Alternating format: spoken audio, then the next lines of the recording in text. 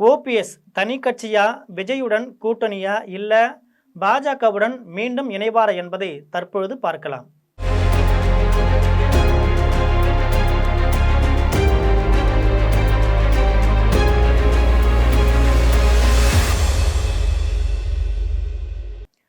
எடப்பாடி பழனிசாமி என்கிற பெயரை சொல்லவே அவமானமாக இருக்கு. பழனிசாமி இருக்கும் வரை அதிமுகவில் இணைய போவதில்லை அப்படின்னு தொண்டர் உரிமை மீட்பு கழகத்தின் ஆலோசனை கூட்டத்தில் இப்படி வெடித்திருக்கிறார் ஓபிஎஸ். தமிழக பாஜகவின் தேர்தல் பொறுப்பாளரான மத்திய அமைச்சர் பியூஷ் கோயல் சென்னை வந்து எடப்பாடியை சந்தித்து அதே நாளில் ஓபிஎஸ் பொங்கி தீர்த்திருப்பதுதான் ஹைலைட். அதிமுகவிலிருந்து நீக்கப்பட்ட பிறகு தொண்டர் உரிமை மீட்பு குழு என்ற அமைப்பை பண்ருட்டி ராமச்சந்திரன், வைத்தியலிங்கம் போன்றோருடன் இணைந்து நடத்தி வராரு ஓபிஎஸ். ஒரு கட்டம் வரைக்கும் டெல்லியின் ஆதரவு இருந்தால் எடப்பாடிக்கு எதிராக முறுக்கி கொண்டிருந்தார்.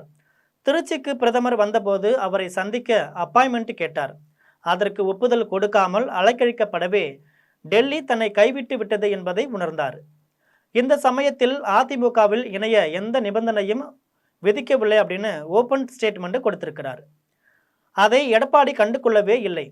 இதை தொடர்ந்து விஜயை புகழ்ந்து பேசிக் கொண்டிருந்தவர் திடீரென முதல்வர் ஸ்டாலினின் அண்ணன் முத்து இறந்ததை வைத்து ஒரே நாளில் அவரை 2 முறை சந்திச்சிருக்கார். மதுரையில் மாநாடு போட போகிறேன் அப்படின்னு அறிவிச்சிருக்கிறார். தேதி நெருங்க நெருங்க அதை தள்ளியும் போட்டார். தேவர் ஜெயந்தியில் டிடிவி மற்றும் செங்கோட்டையனுடன் கரம் கோர்த்தார். மீண்டும் தொண்டர் உரிமை மீட்பு குழுவோடு ஆலோசனை நடத்தி கட்சியில் தங்களை இணைத்து கொள்ள டிசம்பர் 15 வரை கெடு கொடுத்தார். டிசம்பர் 10ஆம் தேதி வானகரத்தில் அதிமுக பொதுக்குழுவை நடத்திய எடப்பாடி இணைப்பு குறித்து வாய் திறக்கவே இல்லை. டிசம்பர் 15ஆம் தேதி பாஜக தேசிய தலைமை கழக தேர்தல் பொறுப்பாளராக பியூஷ் கோயலை நியமித்தது. சென்னை வந்த அவர் பாஜகவின் முக்கிய நிர்வாகிகளோடு ஆலோசனை நடத்திவிட்டு அதிமுக பொதுச் செயலாளர் எடப்பாடியை சந்திச்சிருக்கிறார். அந்த ஆலோசனை கூட்டத்தில் கூட்டணி குறித்தும் தொகுதி பங்கீடு குறித்தும் விரிவாக ஆலோசிக்கப்பட்டு கொண்டிருந்தது. அந்த சமயத்தில் அதிமுகவுக்கு 170, பாஜகவுக்கு 23, பாமகவுக்கு 23, தேமுதிகவிற்கு 6, அமமுகவிற்கு 6, ஓபிஎஸ் 3, மற்றவை 18 என்கிற உடன்பாடுக்கு வந்ததாகவும் ஓபிஎஸ் டிடிவியை கூட்டணிக்கு சேர்த்து கொள்ள எடப்பாடி ஒத்துக்கொண்டதாகவும் ஒரு தகவல் வெளியாகியிருக்கு. ஆனால் பாஜக தரப்பில் தமிழிசை சவுந்தரராஜன் இதை மறுத்திருக்கிறார். டிடிவியும் மறுப்பு தெரிவிச்சிருக்கிறார். ஆனால் டிசம்பர் 3ஆம் தேதி ஓபிஎஸ் நடத்திய ஆலோசனை கூட்டத்தில் 3 சீட்டுக்காக எடப்பாடியின் தலைமையை ஏற்று என்டிஏவுக்குள் செல்ல வேண்டுமா என காட்டமாக விவாதிக்கப்பட்டிருக்கிறது. இதிலிருந்து ஓபிஎஸ் மற்றும் டிடிவியை என்டிஏவுக்குள் கொண்டு வர ஏதோ ஒரு விதத்தில் பேச்சுவார்த்தை போயிருக்கு என்பதை அறிய முடிகிறது.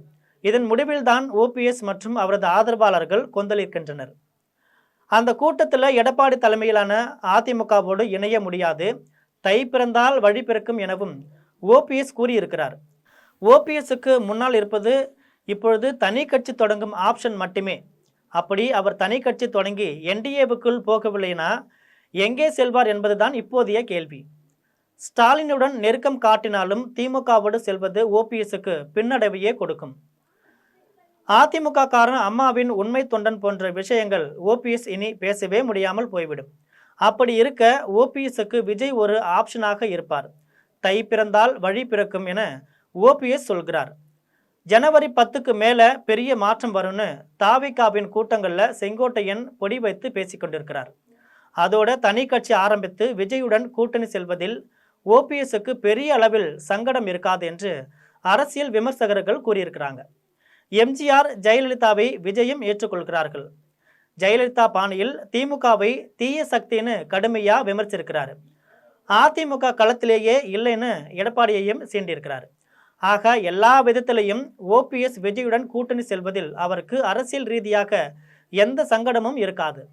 ஜெயலலிதாவை ஏற்றுக்கொள்ளும் விஜய் அவரால் அடையாளம் காணப்பட்ட ஓபிஎஸ்ஐ கூட்டணிக்கு ஏற்றுக்கொள்ள மாட்டாரா என்கின்றனர் விவரமறிந்த புள்ளிகள். இப்படி இருந்தாலும் தேர்தல் இறுக்கத்தில் பாஜக ஓபிஎஸ்ஸுடன் பேசி மீண்டும் என்டிஏவுக்குள் கொண்டு வர வாய்ப்பு இருக்கிறது.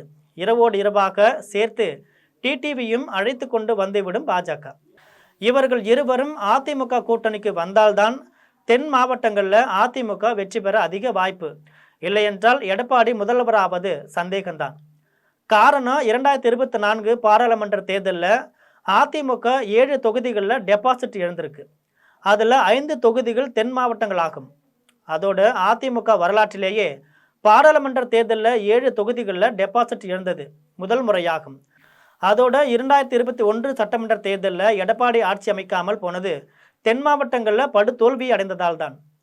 பொதுவாக தென் மாவட்டங்களில் தேவர் சமூகத்தினர் அதிகம். இந்த சமூகம் எம்ஜிஆர் ஜெயலலிதா இருந்தவரை அவர்களுக்குத்தான் வாக்களித்து வந்தனர். அவர்கள் மறைவிற்கு பிறகு அதிமுகவின் பொதுச் செயலாளராக எடப்பாடி வந்தவுடன் ஓபிஎஸ்ஐயும் டிடிவியையும் அதிமுகவிலிருந்து வெளியேற்றினார். இவர்கள் இருவரும் தேவர் சமூகத்தை சேர்ந்தவர்கள். அதிலிருந்து தேவர் சமூகம் அதிமுகவிற்கு வாக்கு அளிப்பதை புறக்கணித்தது. இப்போது எடப்பாடிக்கு இந்த சமூகம் வாக்குகள் முக்கியமாகும். அதனால ஓபிஎஸ் டிடிவி விஷயத்தில் இறங்கி வர வேண்டிய கட்டாயத்தில் இருக்கிறாரு எடப்பாடி. அதனால ஓபிஎஸ் எப்படியும் அதிமுக கூட்டணிக்கு பாஜக கொண்டு வந்துடும் என்பதில் எந்த மாற்றமும் இல்லை. அதோட ஓபிஎஸ் மீது இன்னமுமே ஒரு உறுதித்தன்மை இல்லை. மாதத்திற்கு ஒரு முறை முடிவை எடுக்கிறார். ஆக தை பிறந்தால் வழி பிறக்காமல் அப்படியே யூட்டன் போட்டு ஜகா வாங்கவும் வாய்ப்பிருக்கு. இது போன்ற அரசியல் செய்திகளை தெரிந்து கொள்ள ஜெம் தொலைக்காட்சியுடன் தொடர்ந்து இணைந்திருங்கள். வணக்கம்.